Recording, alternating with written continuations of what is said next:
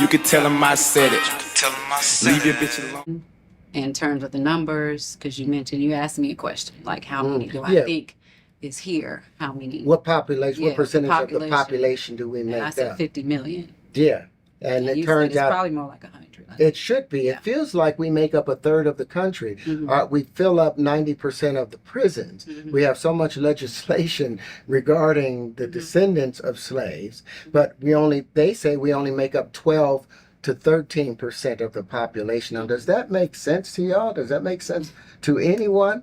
It says that No. Caucasians make up 75% of the population here. But the point of that, if that's the case, we only contribute 12% to the GDP of the IRS.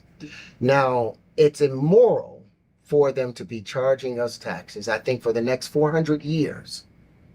Because they don't have the money to pay us the reparations, the 131 trillion that we're owed. I think the only possible solution is no taxes for any descendant of slaves for the next 400 years. Now the Black community, which I hate using that term Black, and I hate using the term African, and I'll explain that in a second, but our community will now become an opportunity zone that every community can now invest in and reap the benefits, and we have a precedent for it because every single city or state in our union has some kind of film credit or tax exemption or tax rebate 20, 30, 40% because they know they're going to get 1,000% return based on the amount of innovation that comes in. So if you allow the descendants of slaves community to become an opportunity zone, then everyone will grow and benefit. We get rid of the karmic debt that we have here, but also we inspire